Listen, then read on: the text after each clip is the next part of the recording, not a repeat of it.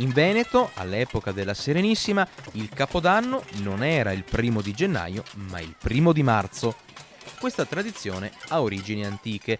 Furono i Romani, stabilendo la divisione dell'anno, a farlo iniziare oggi, dedicando l'intero mese a Marte, dio della guerra. Ma festeggiare il Capodanno in primavera era usanza anche della popolazione veneta preromanica, perché coincideva con la fine del periodo più freddo dell'anno. I festeggiamenti in Veneto prendono il nome di Battimarso e la festa del Battimarso è tornata quest'anno in diversi comuni della zona dopo lo stop forzato nel periodo pandemico.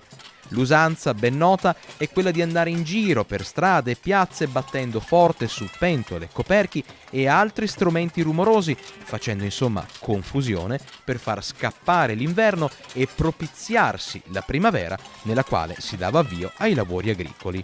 E allora non resta che augurare buon caodeanno a tutti i veneti.